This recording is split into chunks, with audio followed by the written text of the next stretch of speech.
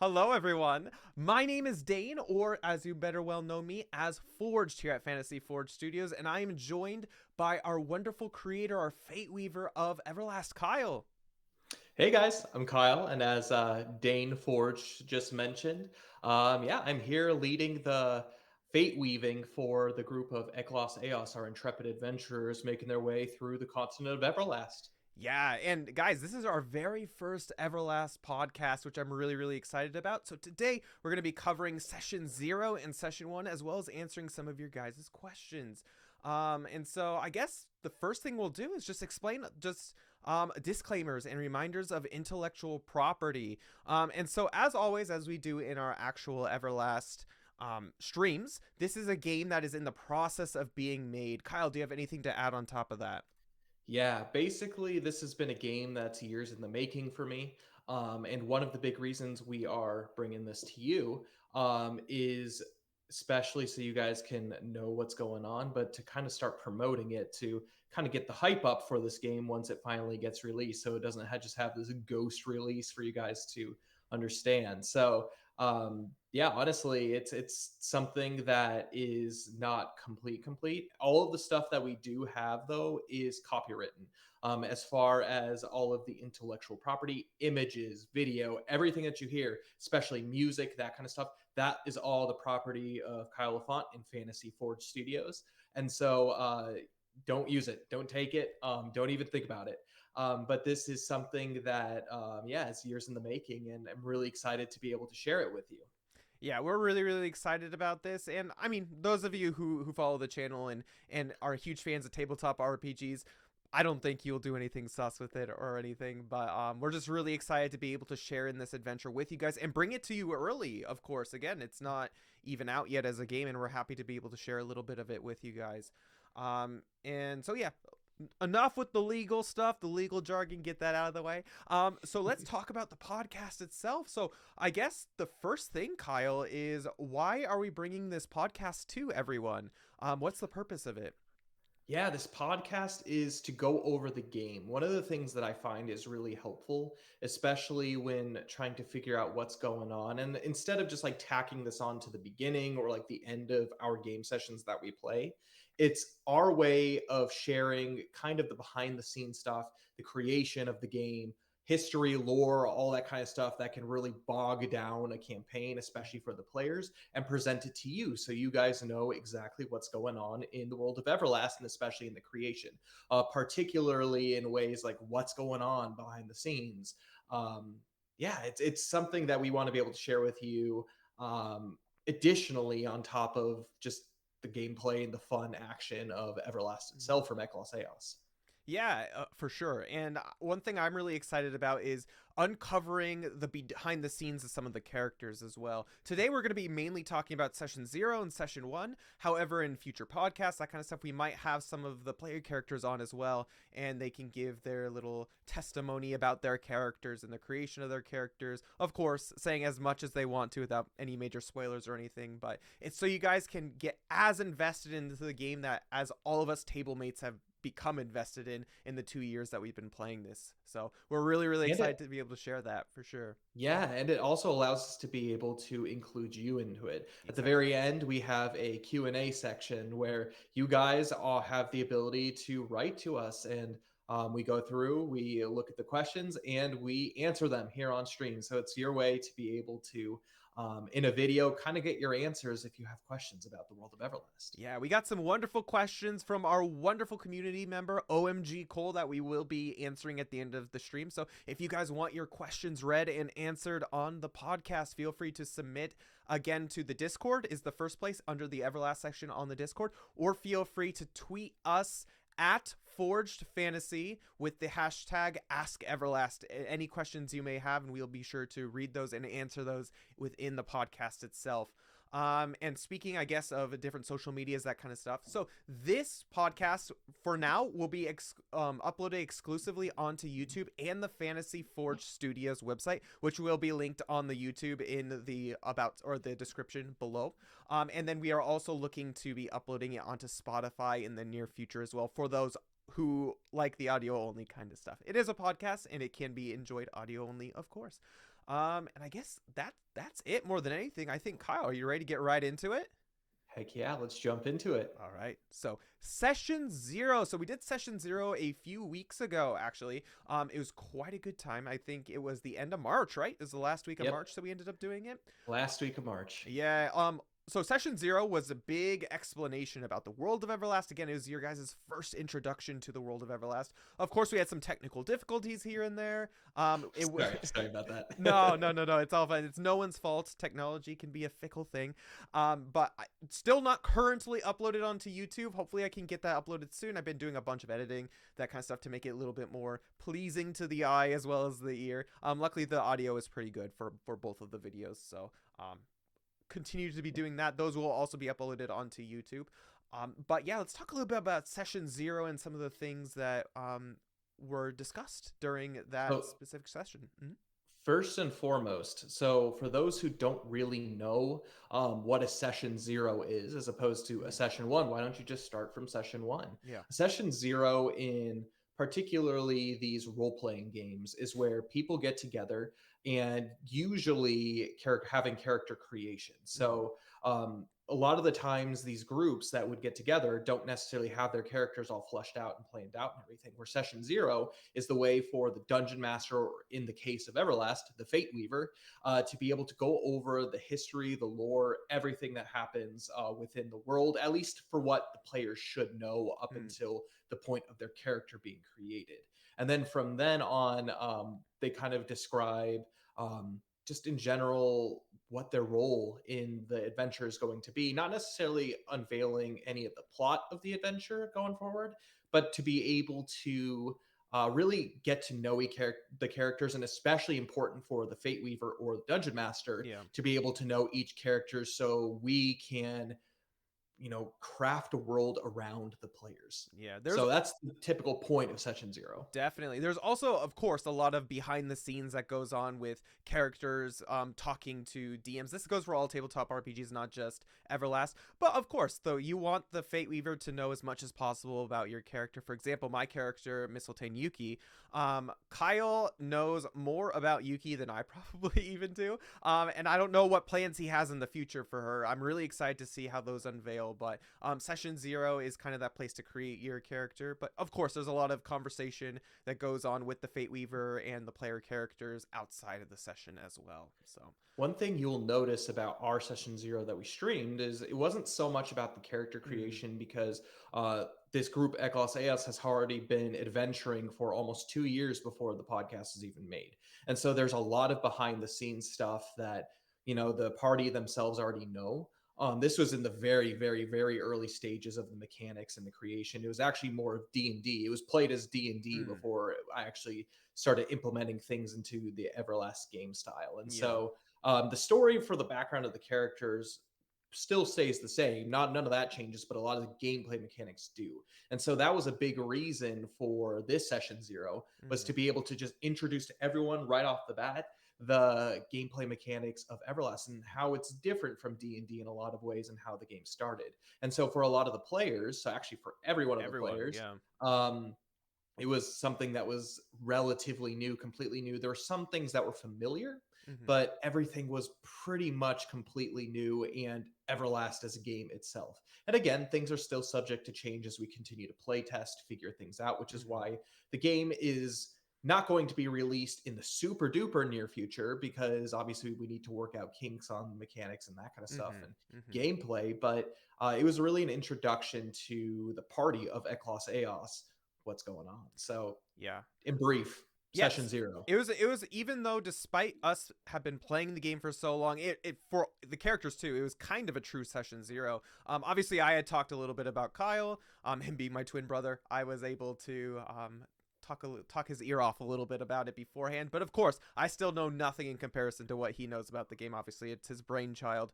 But all the other player characters, Kyle's been in the process of moving to Japan for the last few months. Luckily he's here and with his wife, so we're very excited for him. But he hasn't had such a big opportunity, or he hadn't had such a big opportunity to talk about really anything with any of the player characters. So Connor, Cole, Max, and John and myself who enjoy Everlast together with us. And so it Yeah, it was, was a big 6-month hiatus yeah, from our last session to yeah. this session 0. So Summertime was the last time we had played, which was mhm. crazy. I can't believe it's been that long. But you actually did mention a little bit earlier, Kyle. You mentioned Eklos Eos. So Eklos Eos, what is that exactly for those who aren't familiar with that term? Like, what does it mean? Yeah. What is Eklos Eos? So, Eklos Eos. In the world of Everlast, there are many languages, and the very language from the beginning is a speech called Alamnic speech, Mm, essentially. okay. And it's derived from Latin in the real world. So it's kind of like a Latin sounding type of speech, but Eklos Eos means the senders. When Mm, the group had finally all formed, finally adding Zill to the group, they met with a very important non-playable character NPC by the name of Jack. mm, And as tasking them with a big task to save the continent of Everlast, mm, they gave the group a name, someone to identify them by. So when the group went from town to town to locale, people knew who this group of adventurers were, as mm. opposed to just, oh, who are those bunch of ragtag group of adventurers? And so Jack gave them this name in Alamnic speech called Eklos Eos the Senders, sending them out to go and save the world, as it were. Yeah, and you mentioned alumnic speech. Why is it called alumnic speech? Why isn't it called like celestial or something like from D&D? Where does alumnic come from? So, Alamnic comes from the god of the world, Okay. Alamnia. Okay. In Everlast itself, it is a predominantly Christian worldview. So, it's a fantasy world with Mhm. Christian values. That's the whole point of what I'm making this game. That's something that hadn't really existed as far as like D&D. It's Very true. very polytheistic for Mhm. sure. And so Alamnia himself is the monotheistic god. And Mhm. so there are other characters like that are up in that hierarchy, but there is only one creator, one being that is eternal. Mm. And so, and without revealing too much stuff for Dane as a player, Okay. but for you guys that are going on, that will play this in the future, there are some other very important higher beings too that take place in the world. Mhm. But there is only one God, which is Alamnia, and as the free people of Everlast call him, the High King of Landis Frayne. So Okay. Landis Frayne is almost like this heaven setting. It's this mountaintop city that is almost unachievable to be able to access. Mm. And they believe, the free peoples, that when they die, they will hopefully meet and sit in the courts of Alamnia in Landisfrane. Oh, that's amazing. So it's a monotheistic worldview as opposed to normal D&D or other tabletop RPGs, which are fantasy but take lots of borrowing from other cultures. For example, I know a lot of different D&D games, that kind of stuff, take borrowing from like Greek culture and take from like Norse culture, that kind of thing. Like a lot Mhm. of those god type figures are in that. Whereas this is completely different. This doesn't have any of that. It's a completely brand new made up world, but it is a monotheistic world in And essence. honestly, a big inspiration for me, and one of the things that I really loved growing up, Mm. especially in the works of Tolkien, Yeah. is Tolkien itself. Well, religion isn't really mentioned a No. whole lot, but for Mm-mm. those who've read the Silmarillion and all of like his like early texts, the main like godhead of that world is a being called Iluvatar, and Luvatar. he essentially sang the world into existence. Mm. And it's a very Christian worldview. And what I loved about the Lord of the Rings series, but Tolkien's entire world of Middle Earth, is it is a world that is subtly monotheistic, Mm. that isn't all in your face. Yeah. Like trying to convert everybody to Christianity right away. It's like something that everybody can enjoy no matter what religion you are, but it draws on these ideas of natural law and a lot of Christian values. Mm-hmm. So that's something that really inspired me. And so it was awesome to be able to have these texts growing up and everything. But when I started playing tabletop RPGs, Mm. that necessarily wasn't a worldview. Like one of the Mm. things, especially when I was playing with a lot of my friends, a lot of my Christian friends, like people would stay away from characters like the Warlock because they don't want to be tied to some demon. Yep. or like being able to have certain patrons, not even necessarily patrons, but like these god figures that are represented as the champion. That kind of exists a little bit in Everlast, but not to the degree of there's all these gods that are like vying over one throne, Yeah. if that Yeah, makes sense. that makes lots of sense. And yeah, I mean, I definitely can see where a lot of the influence came from, a Tolkien-esque kind of world. And I think Mhm. that's what's wonderful about tabletop RPGs and honestly anything nerd culture is you can have a Christian slight on things without it being so in your face. Right. Which is great. It doesn't take away from any of the just enjoying the fact that it's game, but it also brings in some of those values that created the values that us in the West have today, which is really cool. Mhm. So Absolutely. yeah, so that's great. So yeah, so we got that. We also have patrons classes. For example, I know Yuki, my character, her class is a bard, but that's associated with a patron, right?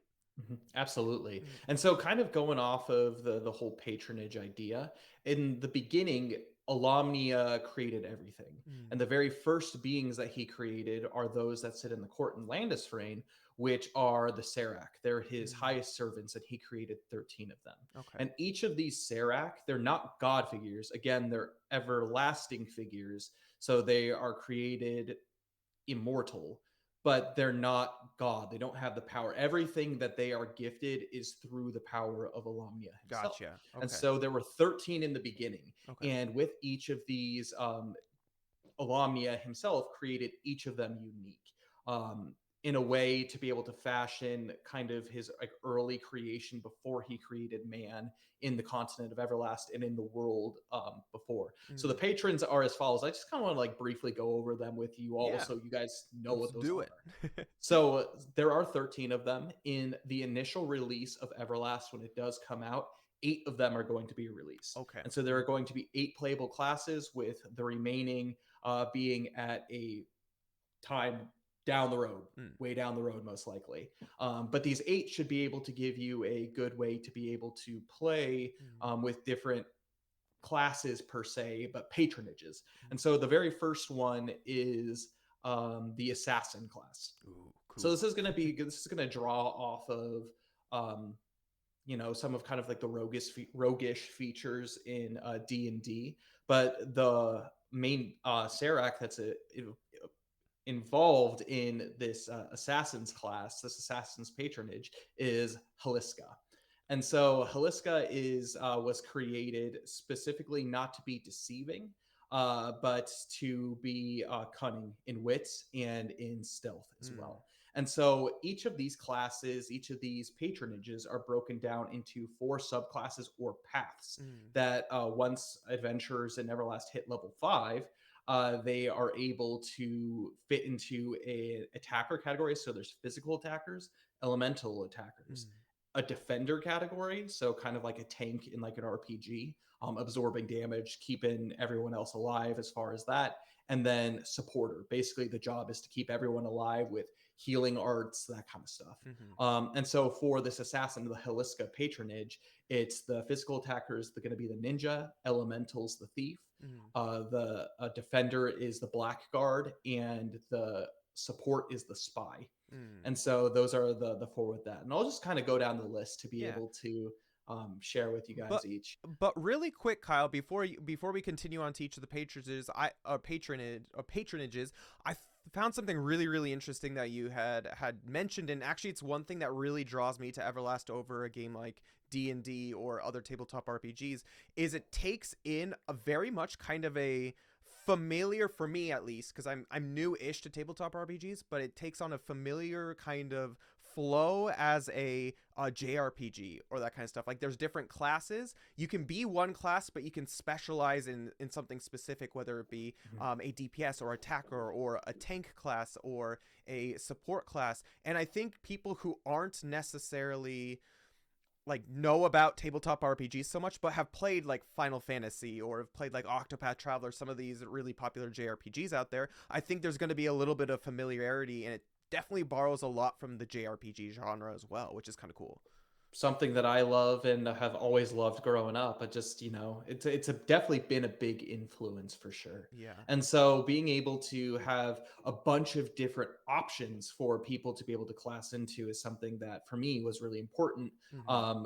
The freedom to be able to become the hero that you want your character to be. So not every rogue, quote unquote, is the same. Not every, I mean, Right. assassin is the same. Not every bard is the same. They're all Correct. very different in how they Correct. play. That's cool. All right. Yeah, Anyways, absolutely. continue, Kyle. Continue with the So moving on. patronages. So the assassin Haliska patronage is the first one. Hmm. The second one is the bard, which is the Malelinque Yeah. patronage. That's a mouthful. That's mine. These Yeah. again, these all come from the Alomnic tongue, Okay. and so kind of difficult even for the original creator, the Fate Weaver, to say. I'm not Malelinque. fluent in Latin, so Malenique. I think it's Malenique. Malenique. There we Yeah, go. Malenique. So the physical attacker is the blade dancer. The elemental attacker is the storyteller. The tank character, the defender, is going to be the con artist, Hmm. and finally the support is the musician.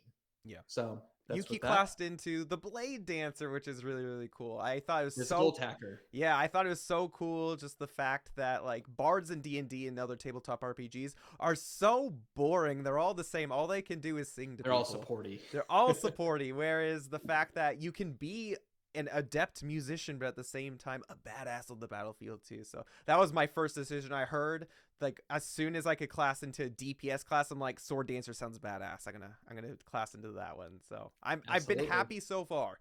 I have loved it every bit. Okay. Hmm. Great. And then the next one we have is the Explorer class, and the patronage for that is Yislon. So her patronage is the physical attacker is the mercenary, the elemental attacker is the Ronin, Hmm. the defender is the warden, and the support is the treasure hunter. Nice. So very different, kind of like like the explorer people that you see on your own doing their kind of thing. Hmm. So that's that one. The next one is the knight, who is the Belornin patronage. So Belornin is that traditional kind of like knight that you think of, pretty much the guardian of the throne of Landisfrain, and you can class as the physical attacker as the Dawn Rider. So it's like a Badass. mounted type of knight, Hmm. and then the tactician for the elemental attacker. For the defender, it's the royal guard. Again, the not necessarily a royal towards some, you know, head figure, but like royal towards Alumnia. So royal Yeah. guard there. And then the support is the standard bearer. Yeah. So being able to support with different flags and standards and that kind of stuff. So it's different. So not all supporters work the same, not Hmm. all defenders work the same. Each path is very, very different from the next patronage. So that's something that's kind of cool. Yeah, we've met a really cool tactician so far. I won't spoil anything. You guys, if you want to know who it is, feel free to subscribe to the Patreon to be able to get some past episodes or whatever. But the Party of Ecclesiastes did meet a really, really cool tactician and one of my favorite characters. Really, really cool. Anyways, Yeah, continue. absolutely.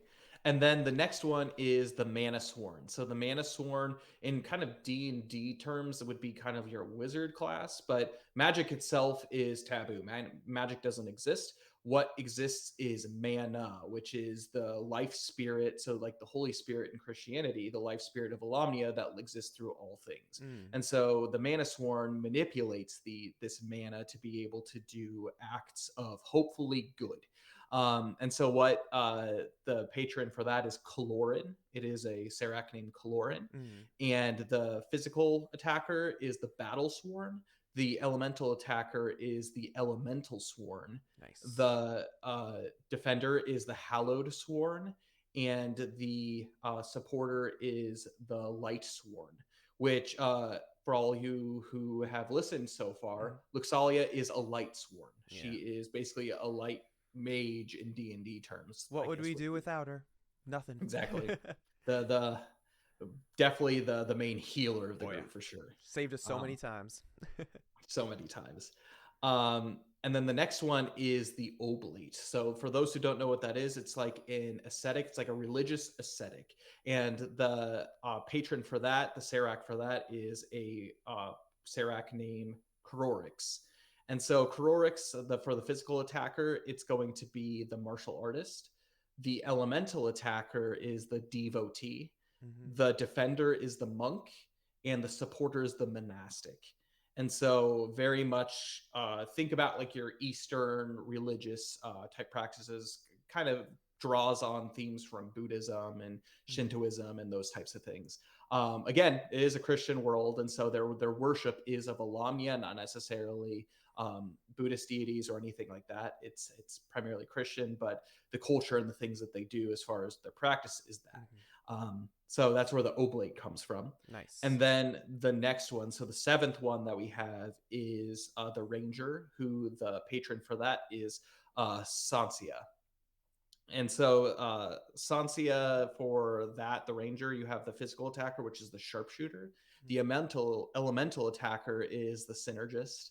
The defender is the duelist, and the supporter is the hunter. And actually, Thordane is a hunter, Yeah. and so his job is to support primarily during, not necessarily as much during combat. He's kind of attacky when it comes to combat type stuff, but where he really supports the party is during the adventuring travel phase of the game. That's where a lot of his traits and arts Yeah. really take I'm effect. really looking forward to see how Thordane develops as a character and how much he helps us because he hasn't used any of those abilities yet. Like he knows nothing about his class. Well, he should know at this point about his class, but we haven't implemented them at all yet. So I'm curious to see how that's going to work. Yeah, absolutely. And Mm-hmm. then the final one that's going to be released in the initial spread of the game is the Scholar, which is so this is another mouthful. Solanumar, Solanumar, Say that 10 and times fast. Solonumar, Solanumar. Yeah. Solonumar. Yeah, so the scholar class. So this is going to be the physical attacker is the weapons master, so a scholar of weapons. The elemental is the star seer, so more of like an astronomy type thing and drawing elemental power from like related to space and like the stars and that kind of stuff. The defender is the oath keeper. So a lot of stuff based off of like lore and history and like being able to keep oaths to like certain things. Mm-hmm. And then the very last one, the supporter, is the theologian, so the study of religion. And so that's where that's going to come in. I'm not going to tell you the rest of the other patronages, but I will tell you the remaining Serac that still exist that don't have a name yet. So you have Shillithur. Shillithur is another one. Mm-hmm. Thanor. And then you have Throncia and Manuel. And then the 13th and final one is Nalderic.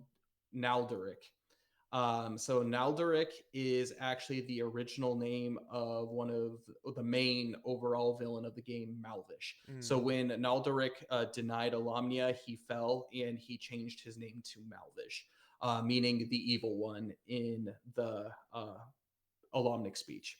Okay. Interesting. Okay. So, like, I'm assuming you're not going to be able to have a patronage to him unless you're an evil character. Yeah, exactly. Nice, nice. Okay, well, cool. Obviously, we'll get into more about the class type stuff in later podcasts. Again, this will be a lot about the sessions, but it is a brand new game, so we are planning on talking a lot about like how to actually play, like the gameplay mechanics. Today's going to be a general overview since it's session 0 that we're talking about. It's very good information to know, so you kind of know where we're coming from. So that's pretty cool. Yeah. And so you mentioned adventurers. So obviously every single one of us are adventurers. The whole party: Luxalia, Belbin, Yuki, Zil, and Thordane. But what's the difference between an adventurer in Everlast as well as a hero, if there is any, or if there are any? Yeah. So adventures, anybody could be an adventurer. Okay. And so a lot of the times, especially the way that history works, is Everlast itself, it has basically existed for 6 different ages. And yes, there has been progression as far as technology, combat mechanics, all that kind of stuff. Um, but it's also a vast wilderness, a Mm-hmm. vast area where there's a lot of dangers, a lot of threats, particularly with the creation of the Fell, which is a series of monsters that directly serve under the Malvish that aren't necessarily demonic in Mm-hmm. nature. But the Fell have pretty much taken over a large swaths of land, have like an influence. And so adventurers, they're purpose is to go out and slay these fell Mm. creatures, these fell beasts, as it were, and protect the general populaces. And so, a lot of cultures, and every single race culture, there are always those who rise up to defend the weak. And so, anybody could be an adventurer, whether it's through those like good emotions of and ideals of protecting those who are weak, or even just as a mercenary per se, and gaining money, gaining a nice pretty penny. Yeah. The Adventurers Guild is something that exists, especially in the Sixth Age, to be able to help keep the peace. And so adventurers go there taking on various quests for rewards, of course, Mm-hmm. but to be able to keep the vast wildernesses of Everlast safe. And so anyone could be an adventurer, but what makes a hero is something that's a little bit deeper. Everyone has the potential to be a hero, and it all depends on what's deep down within their heart, Mm. what's deep down and what their purpose and what they're drawn. In Everlast, every creature is created good. Mm-hmm. Every with good natured and everything, and with every decision that they make, they're drawn to being a more voided creature with bad decisions, or a more alumnic creature, good decisions, Mm. working their way towards Landis Reign. And regardless of where you are on that scale, there's a certain moment where Alamnia looks at you and realizes and sees in you that you have a task to be completed, giving you free will. But what he does is he grants each of the different Serac, these divine, Mm-hmm. angelic almost creatures, um, to have patronages to certain individuals. So certain adventurers become what are considered heroes. And heroes are those individuals who aren't just, your run of the mill sword fighter, run of the mill axe wielder, run of the mill archer. They actually have capabilities beyond themselves, given by the power of mana and given by the power of Alamnia, to be able to withstand greater evils that a normal free person wouldn't be able to have normally. Would So you would that's you the difference. would you have any like specific comparison about what this would be like, whether it be from like a Tolkien story or whether it be from something like the difference between just an adventurer and a hero? Yeah, absolutely. So, like I guess a good example of this would be your typical, let's just say for Tolkien, Mm-hmm. your typical ranger in Middle Earth, your typical Dunedain, Mm-hmm. that goes about and is really strong and is really very impressive being able to fight. But then you have like a character that like Samwise Gamgee, who is this hobbit, is just this normal person and doesn't necessarily want to live a life of adventure, but circumstances have brought him to being able to rise up and not only protect Frodo, his friend, but to be able to help at the very end. Spoiler alert, a lot because of Sam Gamgee, defeat Sauron Yeah. in the end. And so he gives him this supernatural will, the supernatural power to be able to go through. Another great example of this would be someone like Gandalf. Mm-hmm. Not everybody, there are very few wizards in Tolkien's world, and Gandalf is one that is very good. Another great example of this would be someone like Boromir. Mm-hmm. He is the son of a king, essentially, and he has all kinds of skill. He's had all the upbringing, but it was because of his almost supernatural gifts that allow him to be able to defend Merry and Pippin at the very end until his last breath, even though he was tainted by shadow of the enemy and temptation by the Yeah. ring. So it's not just strength, it's also will and it's things unseen as well. Yes, What makes him a hero. absolutely. I love that. That's Absolutely. great. I still don't understand how Belbin could have been selected as a hero, but you know what? It's not my place to question. Those of you who I get don't know that. Belbin as a character, you're gonna love him. I promise. He is. I don't think he means to be. Connor's a pretty funny dude, but definitely some comic relief. Definitely some shenanigans. But you'll see what I mean the more you listen and watch. Yeah, he's run into some the classic murder hobo-ness Yeah, that unfortunately.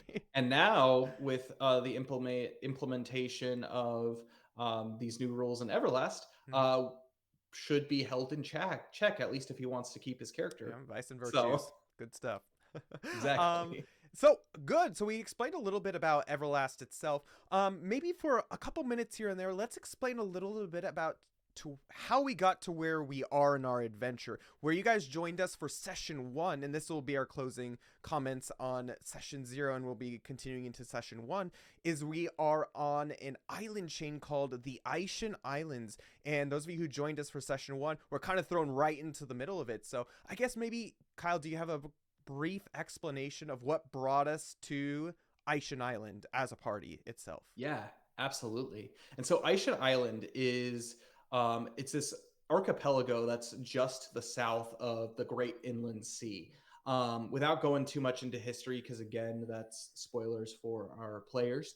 Without going too much into the history of Aisha Island itself, um, pretty much once Eklos Eos finished what they needed to. They were originally sent off by Jek to be able to conquer the evils of the void. Again, I'm sure some of the details of this will be mentioned by the players as they recollect on things from adventures. I'm not going to stop that, but they were victorious for their adventures on the Great Peninsula, which is this huge peninsula to the southwest in Everlast. So it's a huge swath of land where they were able to save the Great Peninsula from gloom and doom and darkness. And so during that time, every adventurer needs a vacation. Making their way to the southern city of Port Grandium, they were basically given a ship by a sailing war hero, a man named Victor Klaus, uh, in house class, and given rides to a island, a vacation island, primarily run by humans, Golivan, and there is a Draken settlement on the island as well, a gold Draken settlement to Aisha Islands, to where the group has enjoyed their holiday vacation. Yeah. One of the mechanics of Everlast is between every adventure, there are holidays that they must take. Every single adventure, regardless of how skilled they are, can't go back to back to back to back with different adventures. Think about it. In the Lord of the Rings, from start to finish, that was about a 3-year time stint, which that's a long time to be on an adventure. But in, like, for example, Adventures of Middle Earth, which is a D&D 5e supplement game, which I will hopefully be being the lore master of here on this channel at some point. These breaks, there's like sometimes year-long breaks between adventures and things that go on. So if you think about it, it's like the entire like adventures that happen in between the Fellowship of the Ring and the Return of the King are like 3 separate adventures in a way. But every adventure needs a holiday. And so between adventures, there are these small breaks, and the group decided to go to the Aisha Island, which is a big hot spring town, to a place called Takai Town, which like is not only quite really expensive, as the name suggests, for those who know Japanese. It is a place of luxury, jungle, and great hot springs to be able to enjoy. Lots of things to do for the Solstice Festival.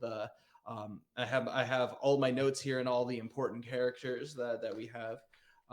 We have the celebration of solstice that they're here for, and so essentially, pretty much right before we began the game, they had just finished their holiday phase, and what ended up happening is they all got roped up into some sketchy businesses. What the party thought at Klos Eos.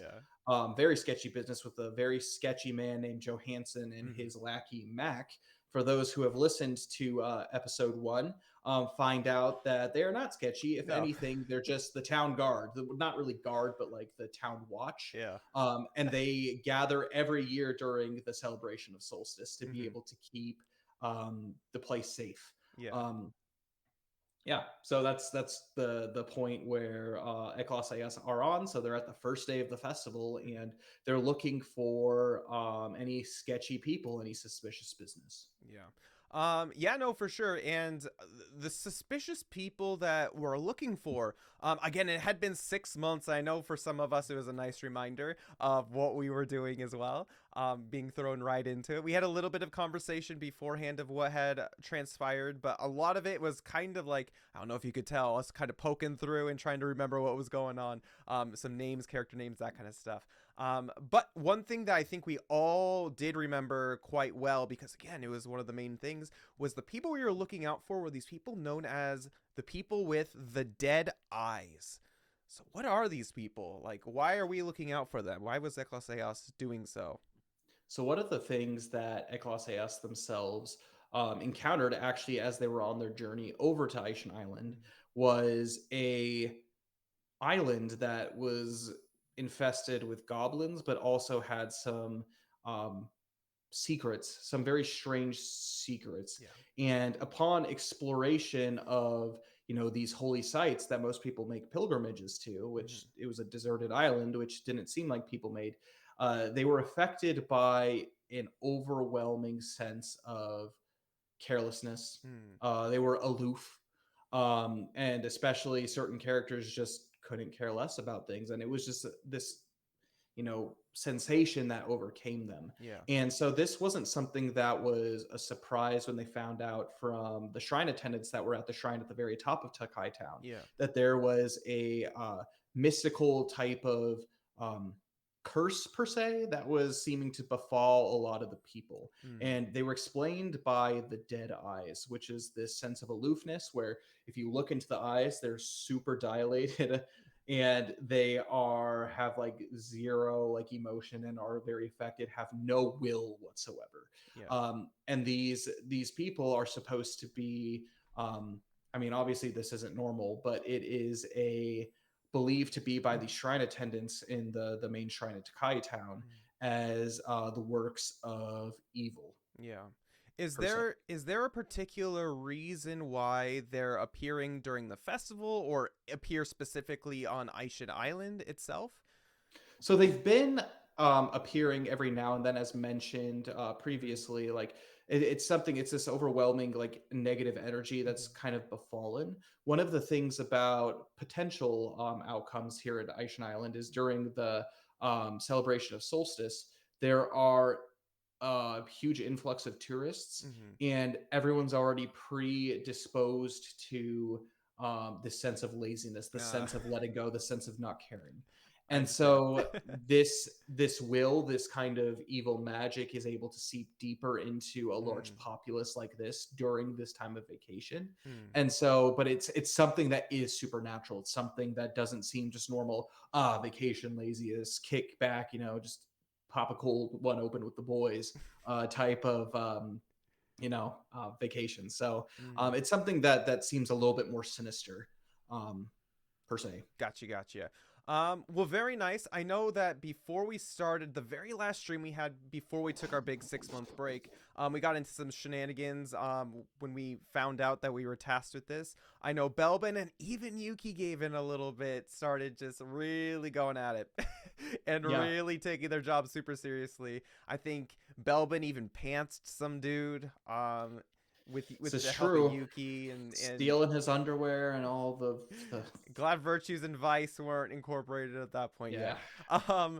But also something about Yuki herself, my character. So we experienced for a little bit during it that she did go away and actually was training an animal called an Axebeak. So I guess maybe let's just talk a little bit about that. I think we do plan on having a nice little one off about that specific competition in the Oh yeah, future, absolutely.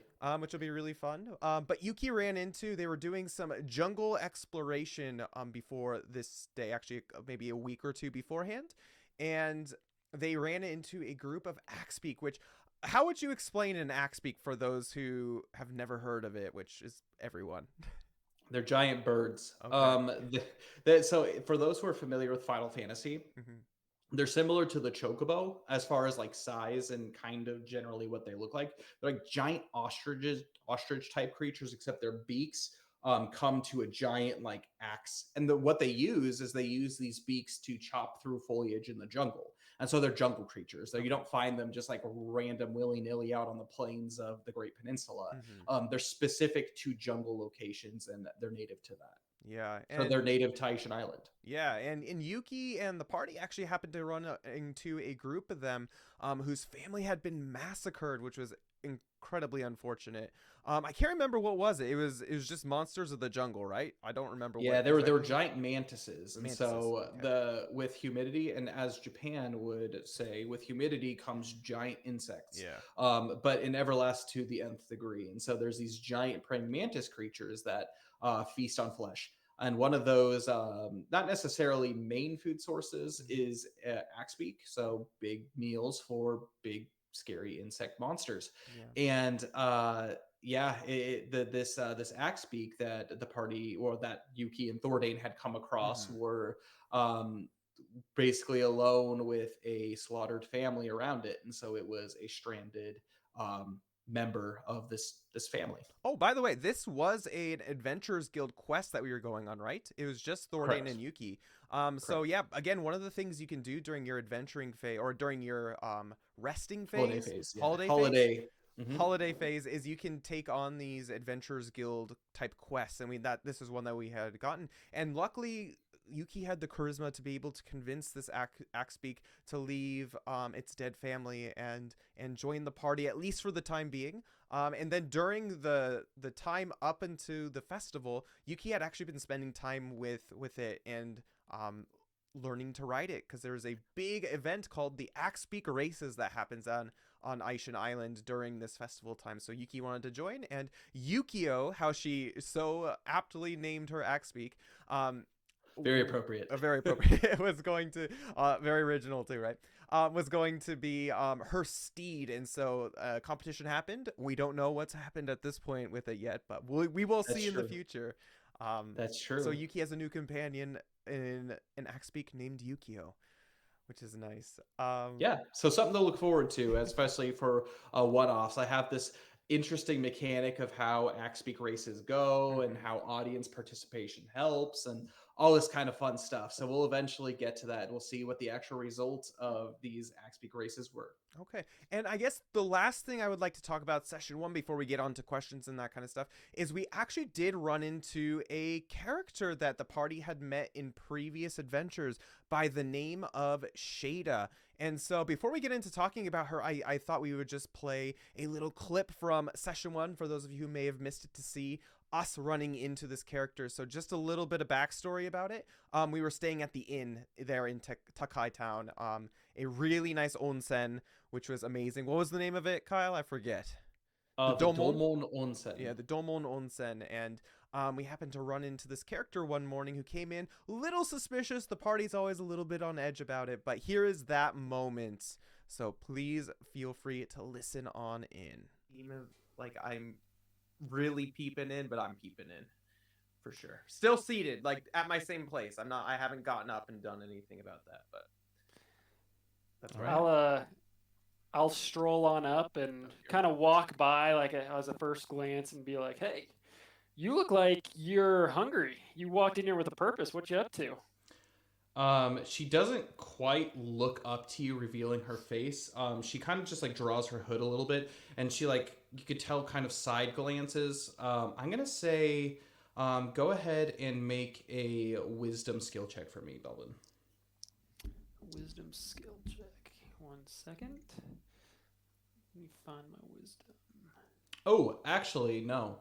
Make a charm skill check for me. Ooh. Charm, even Nice. better. I'll keep that roll, but let me find my charm. Ooh, 6. 6. She kind of just like you can hear like a little bit of like a and like quickly like brings her head back down, and then all of a sudden you see as she like looks up, she reveals herself, and you actually recognize this individual.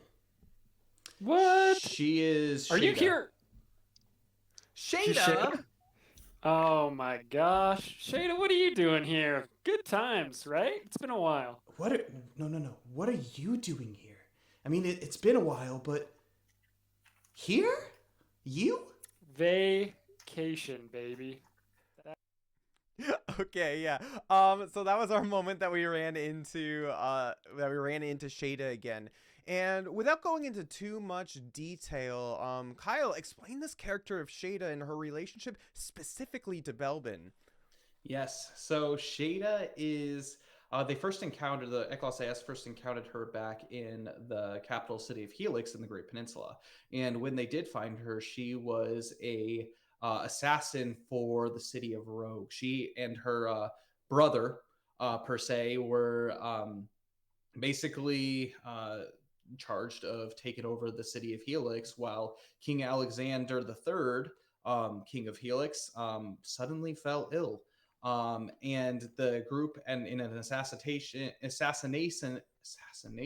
attempt against Princess Irea, the group of Ecclesiastes hunted her down, bringing her basically to break. And the sight of Belbin, a seemingly familiar companion, snapped her out of her, her daze in a way, and breaking down into tears. She, out of fear for her life and the things that she's encountered, were sent away by Eos to what Luxalia wanted, as the Silverwood, where she is from. And so it's this great forest to the southeast of Everlast, of the continent of Everlast, where she could live out her days peacefully away from her evil father Shalazar's dictatorial rule in the city of Rogue. And shockingly, she apparently had made a stop at Aisha Island, thinking it was quite far enough, and had joined this watch of Takai Town, and seemingly interesting ally popped up in a town that was seemingly unfamiliar to the party. Yeah. And one thing that's interesting too, we did mention, or in the specific session, Zill didn't know Shada. Max joined the party a little bit later on in the adventure, and we're happy to have him, and he's great, and he's been such a valuable addition. However, at this point in the adventure, he didn't know who she was, and so we actually had all forgotten that we hadn't met him yet. We actually met Zill in Helix, the same city, a little bit later, all after the Shada nonsense went down. And so Zill had no clue who she was, which was a nice little eaten away. Yeah, it was something that even as like a Fate Weaver, it's like, oh yeah, like that's something that's really interesting. Yeah. Well, that's the one thing I do appreciate about Max, the character, or the person who plays Zill. He really takes it super serious. Like, if his character doesn't know anything, his character doesn't know it. There's no metagaming there. Yeah. Even if although I genuinely don't think he even knew who Shada was, to be quite honest. Right. He was just like, I don't know. And I know a lot of the players too are just kind of like, oh yeah, who is this character? Yeah, and then like finally, after some reminder, as you guys heard in session 1, they were like, oh yeah, remember Shada. So yeah. But yeah, no, so she I just thought it was interesting to note, because it was such a, I think, a big moment, and I think it was worth explaining. So so there's that. I don't know, is there anything else about session 1, Kyle, that you want to talk about specifically, or do you think we should leave it for session 2? Well, it was just really fun to dive back into the actual game of Everlast. Like, my heart has been missing it so much. I mean, one of the things that's kind of rough is, as anybody who has either DM'd in the past, as a Fate Weaver as well, it is a lot of preparation. And especially like all the time that I spend creating this game, I also have to spend creating adventure for this party of Ecclesiastes. And so they kind of help to build the world around it, but it's a lot of work.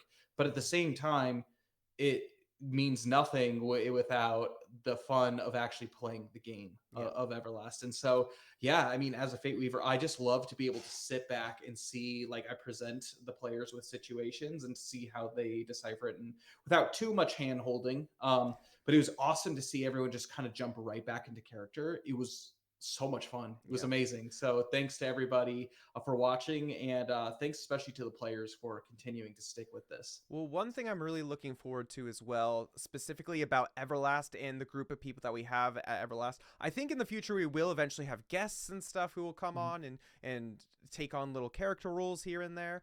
However, one thing that is amazing about this party is none of us are professional voice actors or anything. We're not like Critical Role, where we don't come from a background where this is our job. It truly is just a game for all of us to play. It's a group of people to get together and just have fun on the weekends, and we really, really enjoy it. The only person who's a professional actor is our youngest brother, who plays Luxalia, Cole. And obviously he does such a good job with her, but everyone else is just a casual player who's really never done anything tabletop RPG except for Max. And Jonathan a little bit.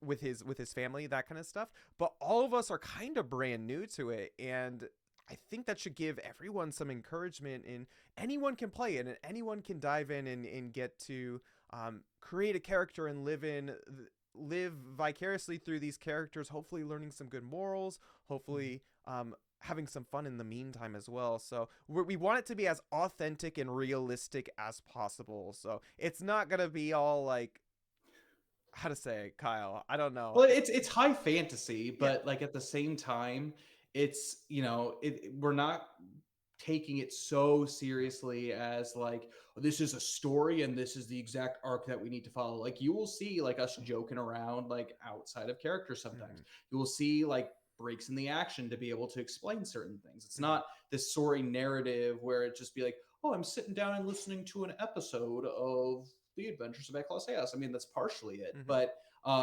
it's going to be a more laid back. It is essentially just a group of friends being able to, as friends, dive into this beautiful world of Everlast and kind of, again, through these characters, shape the world that's around them. We also think it will help make the audience, everyone who's out there watching, a little bit more involved. Like when you're watching some of these like professional tabletop RPGers playing, and it's almost like you're watching a movie. It's not like you're really part of it, you know, which I think that's great. I think that's amazing, but it's not. They're really good at what they do. They're really good at what they do, but it's not real like tabletop RPG that like an average day Joe would be doing. Obviously that's what a professional voice actors everyday our tabletop RPG would be doing.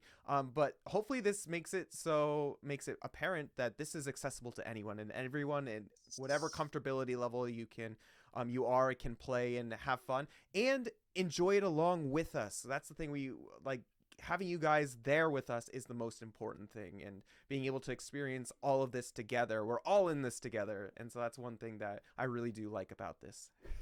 Yes. Yeah, well, we are all in this together. But one of the things too that I really want to inspire as you guys watch along is get involved in things like tabletop RPG, especially if you've never like experienced it before. Role playing can be kind of scary at first. I'm not gonna lie. Like the very first time I had to role play in a D&D game that actually my little brother Cole was putting on as the DM for us, like it was really weird. Although it was strange because it came so natural. A lot of people use their first characters as kind of just like an extension of them. But like once you become comfortable with the character, it's just so fun to just be someone new. You know, like for example, I think Belbin is a great example of that with Connor. Connor is not Belbin at all. No. Oh my god. He is one of the godliest men that I know in my entire life. And from the actions that you'll see of Belbin, he is not that. And so it's really fun to be able to see and like how like into it you can get, and you know, like learning real like life lessons like during these things, and not just using this fantasy world as an escapism to just do horrible things. Yeah, I agree. I definitely think that's very valuable, and hopefully you guys continue to enjoy.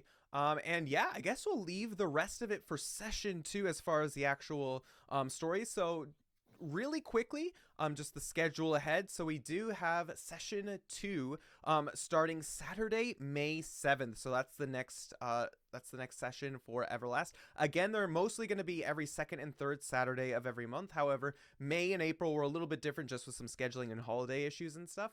But look forward to it then. Our next session for session 2 is Saturday, May 7th from 8:30 a.m. to about 11:30 a.m.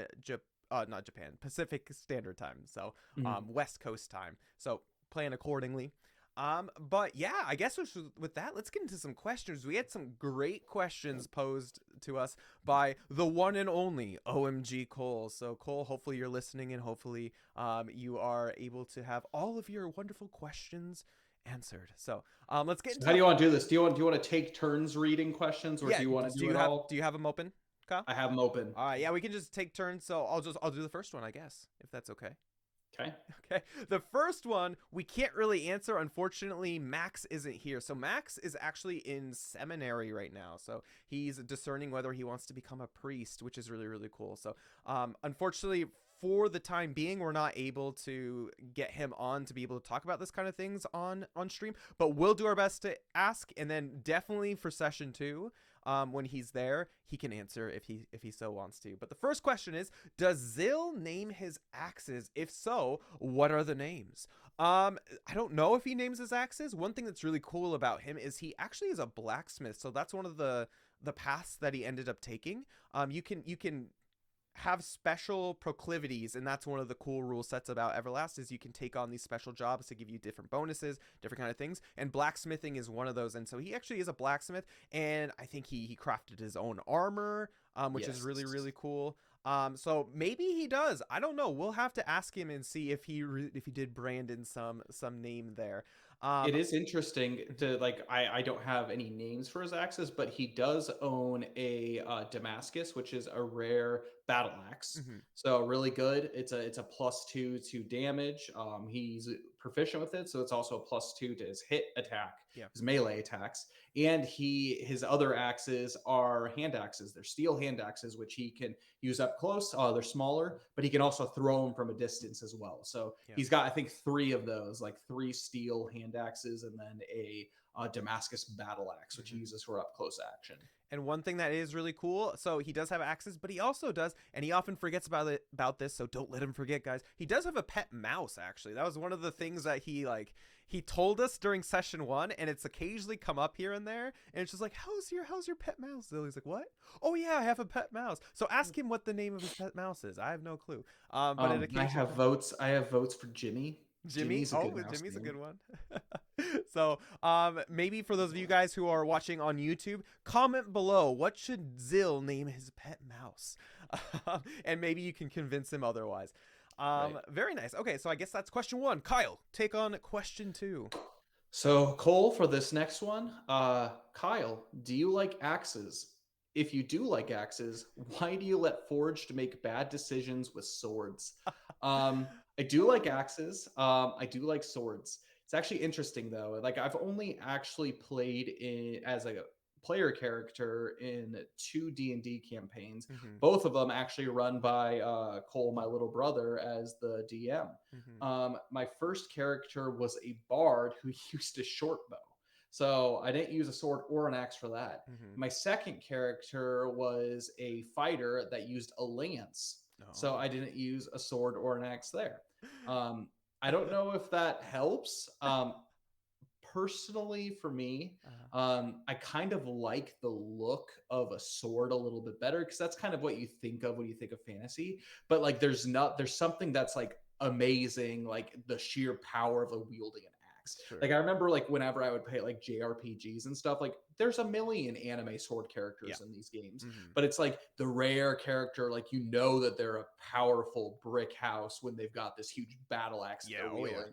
They're always on my team as that tank. So it's like, I have an appreciation for that. So just FYI, maybe aesthetically I like swords, but like power wise, like, axes are pretty awesome. Yeah, not a lot can beat a battle axe. Nothing's stopping that. You could glance off a sword, you could block a sword. Not a lot's gonna block an axe. That's true. So I will say, Cole, I also like axes. Don't get me wrong. It's just, again, we're twins. Kyle and I are twins. I really like the aesthetic of a sword is all. But axes are great, and it's not a bad decision, but it's a decision that has been made.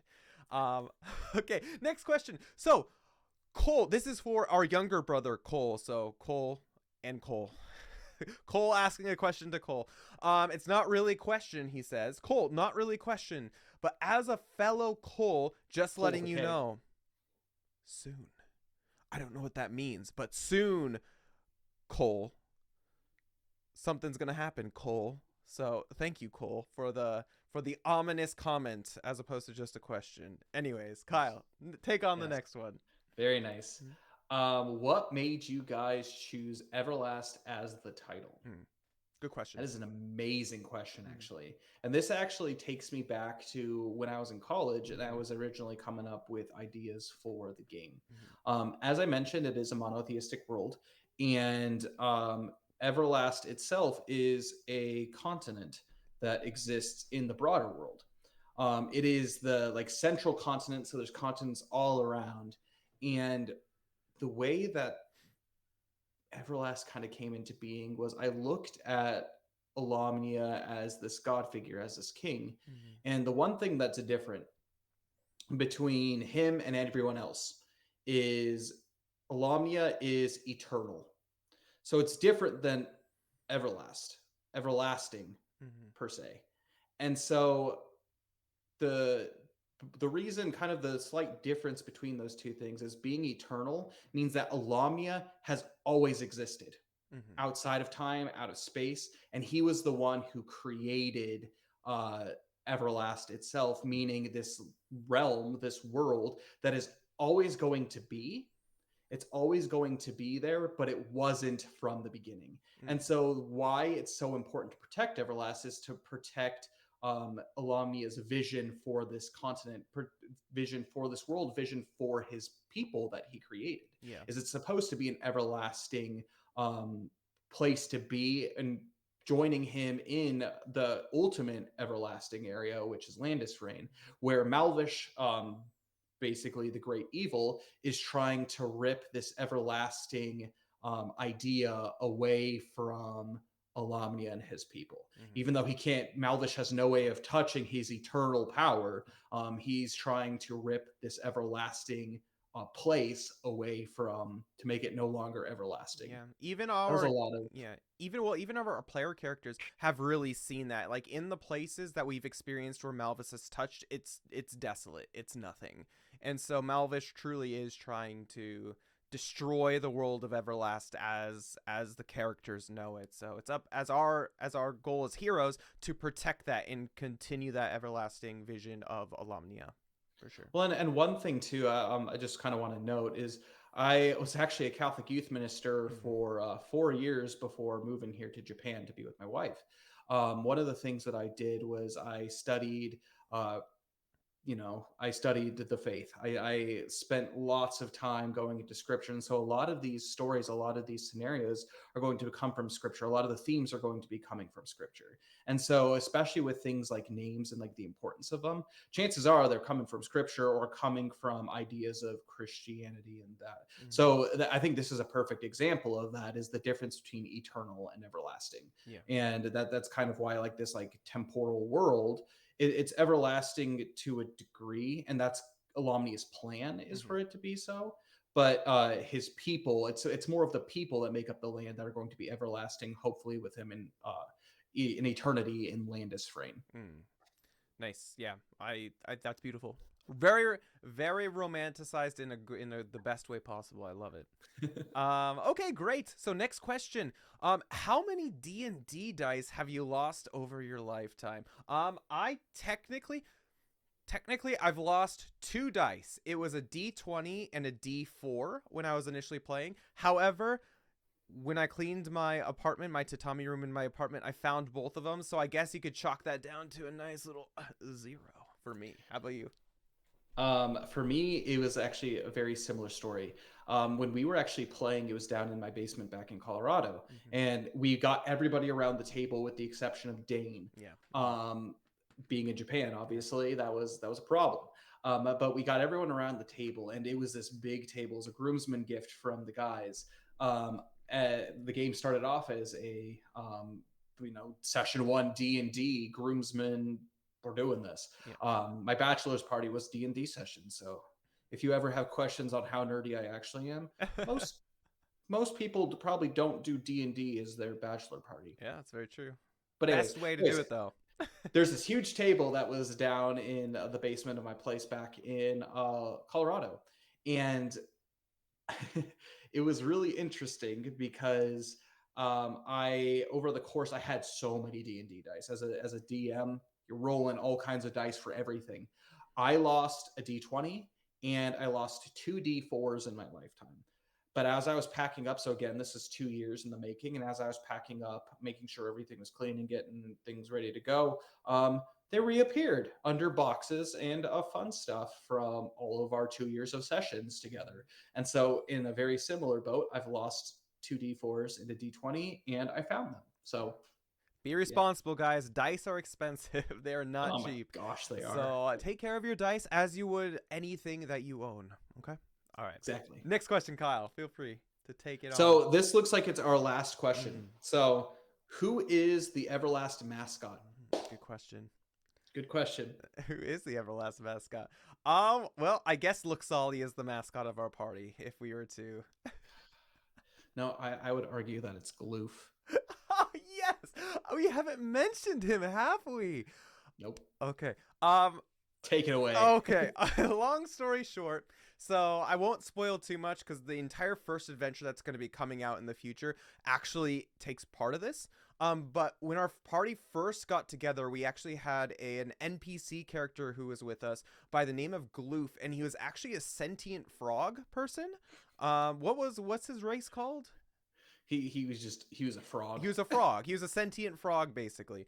And he was great. He was fine. He had some mage-like powers. Again, we're still using D&D rules. I don't know exactly what he was. Cleric? Was he a cleric? He was a cleric. And he was great. No one really liked him. He had really low HP, but he did his best. He tried his best. He was a pacifist, so he refused to fight. But he was there if the party needed him. Yeah, yeah. And I think he did help a little bit.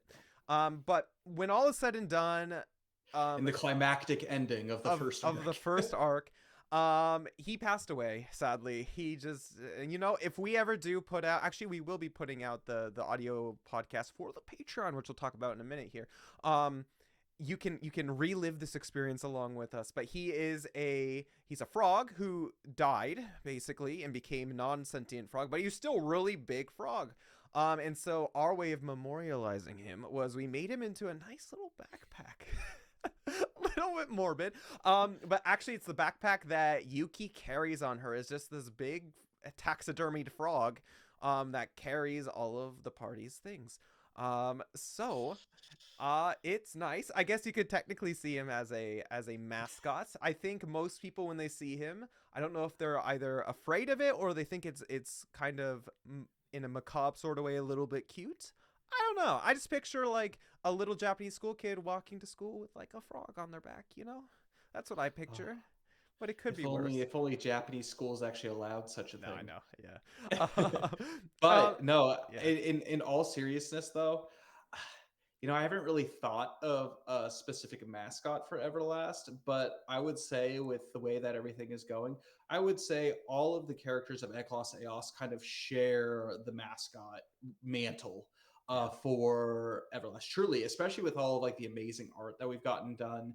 Mm-hmm. The chibi art's adorable. The actual arts are great. Like for a lot of like the original stuff that's going to be coming out, there's going to be a lot of kind of hints of Eklos Eos through that. So I would say like the party of Eklos Eos themselves are probably going to be the mascot per se of Everlast. I will say there maybe is one character that you guys haven't met yet. Obviously, we've met her in the past.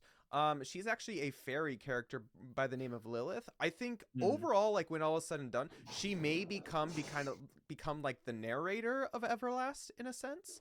At least that's how I picture her. Kyle may have different plans. Maybe her in the long run. But she's great. Eventually, though, maybe. Right now, I would have to agree. Just Eklos Eos in general is who we're following, so they're the kind of mascots. So that's one thing before we finish these questions. That's one thing that like I really do love about like the JRPGs is like there's always like this like cute mascot and like all that kind of stuff. But like you do have to remember that this is like a mixture between like a JRPG and let's just say like a world like Middle Earth. Like a fantasy world where there isn't necessarily like one character itself, I guess, other than Alamnia. But there's not really like images of him yet that we've made. No. There's not really like one specific character. Like I think of whether it's Pikachu, where there's like this companion that's always going to be with every single party as they travel through Everlast. Like you have like, for example, I think Final Fantasy, like I don't know, like Mog in Final Fantasy 13 too. Yeah, the Moogles, where it's just like you have like this like cute little creature that like kind of just like follows your character all around. That's not necessarily the case. In Everlast, you can have pets and that kind of stuff, but it's going to be different for every single party. So it's not necessarily, I feel like, appropriate to have like a singular mascot for everyone, because everyone's going to be making their own story as they progress True. through Everlast, Very which true. is what I love about the idea of having like Eklos Eos being this group, because that's one group of adventurers that have gone through this, where you can just as easily paper over Eklos Eos and use your own party as the mascot of the game, per se. So well, there you go. I think that's a very aptly put, Kyle. So we've reached the end of the podcast. We have a couple of announcements before we get going. Obviously, we're not this. There's no advertisements for Everlast for now. It is a pocket vision of ourselves. So what I mean more by that is the fact that we are self-publishing this. We're doing everything ourselves as far as that goes. Obviously, we wouldn't be able to make this game, and we wouldn't be able to produce this game, and we wouldn't have anyone to show this game or share this game with if it wasn't for our audience and each and every one of you. There's lots of reasons why we've decided to self-publish Everlast itself. I know one of them is just to keep the theme integrity of Everlast, the integrity of the game. Yes. Unfortunately, oftentimes when you do go and get them professionally published, publishers try to change it, obviously, to make it fit audiences and stuff. And unfortunately, with how the world's moving today, I feel like a lot of the important things about Everlast would almost, unfortunately, get the axe in order to get published by someone, which is incredibly unfortunate. And we want to keep the integrity of the game, and we want to keep it as it is. But that also requires a lot more extra effort on our end and your end as well. So anything you can do to be able to share Everlast, whether it's our YouTube videos, whether it's our Twitch stream, again, the Fantasy Forge Studios Twitch channel is where we're going to be streaming them specifically, and then we will be uploading to YouTube and then eventually Spotify as well as the podcast, of course, and on the website as well. And it's up to you guys to or help us get the word out. If you really do support Everlast in as far as you want to be able to share it with the world as much as we do, it would mean the world to us if you could share it, whether it just be posting links or whether it can be just suggesting it to a friend, to just bring one friend in, and then you've doubled the community at that in essence for that. And it's really unfortunate too. Like, this isn't a money grab. Oh no, goodness no. I this is something that I genuinely want to share, and hopefully, I mean, God willing, be able to make a living off of this game, to be able to provide for myself, my wife, and a future family in the future. That's great, but ultimately, we're not asking you for your money. No. Because we want your money. No. This is something, we have an ideal of this game, and we feel like it is going to genuinely, I think, touch the world. Being able, especially like a community that is, I'm not necessarily saying godless, because that's not true. Like, there's a lot of God that exists in a lot of these communities, but I just feel like there hasn't been a lot of media and games like this that has reached the kind of communities that do play this kind of stuff. And I know we're going to be fighting an uphill battle when it comes to that, especially with these themes. And because of that, we are self-publishing it to be able to have the freedom to be able to keep the integrity of the game itself. But again, unfortunately, we live in a world where things cost money to be able to get it out. And so, but even if you can't support financially, it's amazing to be able to just like spread the word that Everlast is coming. And hopefully in the future, if you do wish to play, if you do develop a love for tabletop RPGs, being able to sit down and play it with your own group of friends. Oh, for sure. And but for those, of course, just being here and with us is enough to be able to enjoy in the wonderful adventures of Eklos Eos, as well as what else the world of Everlast has to offer is more than enough. And we appreciate each and every one of you for taking the time and effort to be able to support us in that way. Though, for those of you who would like to help make this game a reality financially, we do have a couple options to be able to do so. So for the very first option, we actually do have a merch store. So on the Fantasy Forge Twitch page, and it will be in the about section, and I guess the description section on YouTube, there will be a link to it. We do have a merch store, and so if you like any character in particular, or if you just like the logo for Everlast, or you just want to be able to support us, there's lots of options for things that you can get from the merch store. For example, guys, I'm telling you, this merch is sick. It's Yeah. amazing. Like Super cool. I in the mail, I just got in for this these next sessions that we have coming up, Mhm. a play mat, a giant desk mat Mhm. of the Everlast logo. The quality is Yeah. fine. It's real good. You saw my T-shirt from the last time that we were playing. Like, Mhm. amazing being able to have that. Yeah, we have t-shirts, we have of all the characters, they're all really cute chibi art. For example, this is my character, Yuki. As you can see, she is a chibi version, which those of you who don't know Japanese culture, chibi is like a cute, smaller version. They have very enlarged heads, smaller body type things. They're meant to be like cute, but we have chibi art versions of each of the characters that you could get on t-shirts to be able to support with all colors pertaining to that specific character. We have decals, big ones, so we got big ones. We also have a smaller decal sheet as well if you want the smaller ones, and it comes with all the characters as well as the Everlast logo on it. We have keychains, we have all kinds of stuff. We will be adding more as the weather changes and the season changes. We might add like hoodies, we might add jackets, pants, that kind of stuff. But all the proceeds that go into the merch, we don't pocket any of it. It goes right back into the game in the creation of art, music, just game materials itself. It goes right back into the game. So by supporting your favorite characters and by buying some sweet swag to be able to wear around, not only are you promoting by wearing your sweet swag and people are like, wow, that's a really cute character, what's it from? It's from Everlast, it's a new tabletop RPG, maybe you should check out Fantasy Forge Studios. Not only are you promoting in that sense, but you're also promoting financially too. So that's a really good way to be able to support. And then the other way right now that we have for you to be able to support is through the Patreon. And I'll let you talk a little bit about that, Kyle.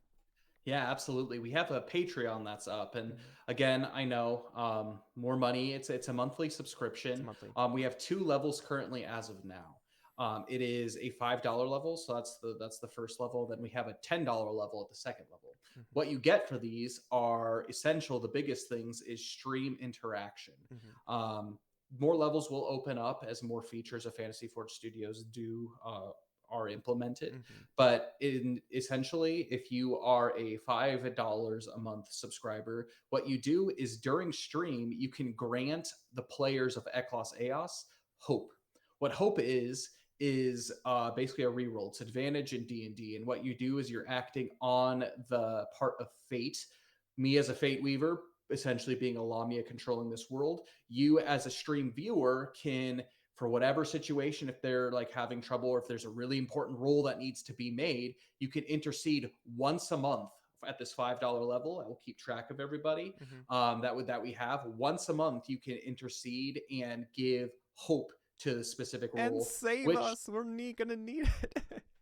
potentially there's Potentially. always the option where like obviously like they could roll like a really bad, and then Yeah. with hope they could roll a natural 16. Oh my gosh, they critically succeeded. Or it might not work out as well as you want. Yeah. But I mean, that's kind of the fun of it. But then at the $10 level, what you get in addition to that is the ability to have 2 times a month that you can use hope. So you're acting even more interceding for them per se, Mm-hmm. through fate, to be able to twice a month to be able to give them hope inspired roles.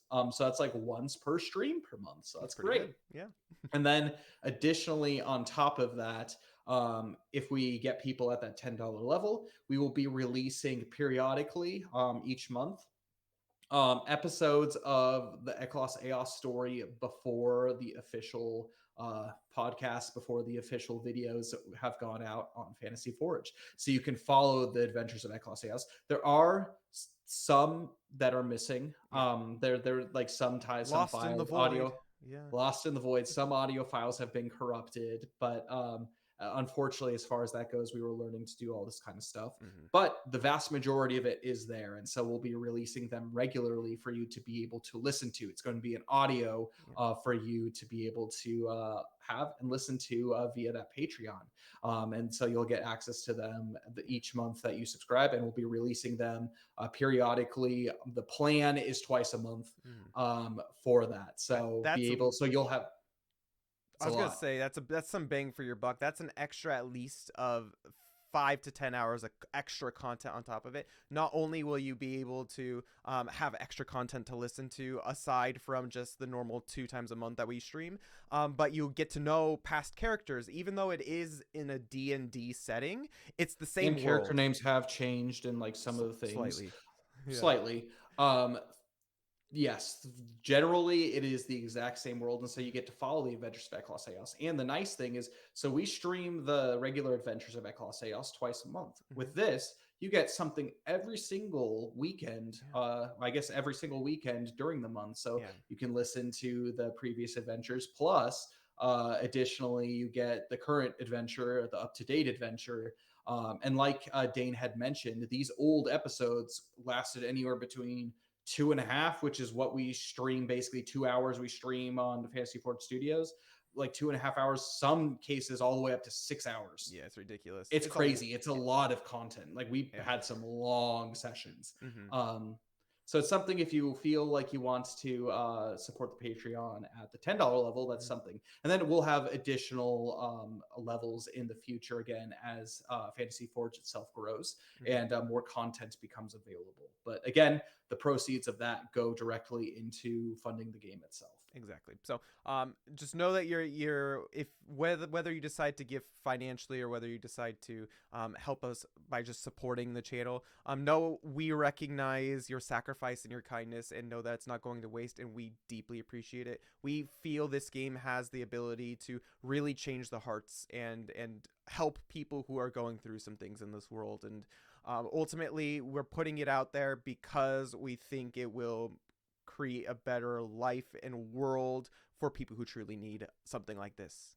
Absolutely. I don't know how eloquently I can put it, but when all is said and done, we believe that this game can bring some pretty big change to the world itself. And so by you being able to help us and support us in making this game a reality, you are helping to change the world, hopefully for the better. So absolutely, which is honestly the whole point of Fantasy Forge Studios as a channel. I know hopefully a lot more content will be coming toward you guys through this, but with Everlast, like that's like the primary goal. And so this partnership was a match made in heaven, to be quite honest, to be able to produce original content for you guys. And the most important thing is that your support viewing and just being able to see this and spread word of this game, like that's amazing. That's incredible. And you guys, it means the world to us. It means the world. And I think it's going to, like Dane said, make huge changes. And we really appreciate each and every one of you. Again, just as a reminder, this will be going up the Saturday after the first 2 sessions. So usually the 4th Saturday of every single month with this podcast will go up. And again, it will cover the 2 sessions that happened in the month. So we'll cover a wide variety of topics. So we might just, on some, specifically cover if it was chock full of story and events, that kind of stuff. And on some of the slower streams, if there are any, for example, holiday phases, that kind of stuff, we can get to know each of the characters a little bit better. We can get into some more of the gameplay mechanics. So there's not going to be a shortage of content as far as the podcast goes. So absolutely not. We will have plenty to talk about. But again, that will be once a month, most likely the 4th Saturday. And anyone who wants to watch any of our live content, not just for Everlast, but for Fantasy Forge Studios, we do play games. We mainly do JRPGs as well as Nintendo content, specifically Zelda. We're currently playing Elden Ring and Fire Emblem 3 Houses. And we will be having some different personalities, and it will be me, Forge, who will be streaming them, and then some other personalities in the future. We do right now stream Tuesdays and Fridays. However, I am looking to expand that once I get better at my teaching job.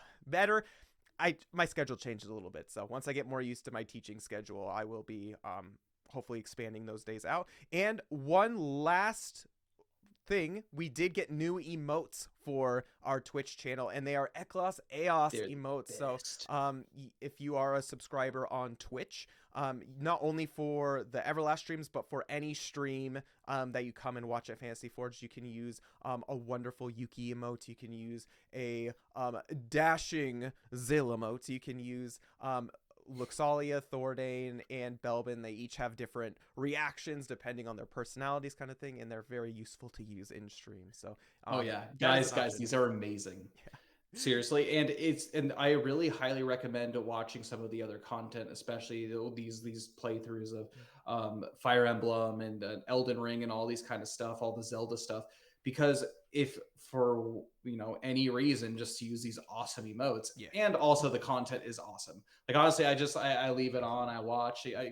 For those of you who don't know, like I'm always there lurking, doing like as Dane streams these videos, but yeah, these games are awesome, so definitely make sure to check out and just have a good time. Yep. That's what it's for. And for those of you who are into video games, or say your parents, if you're younger in age, don't necessarily want you to have some bad influence. It is family friendly, so I don't curse.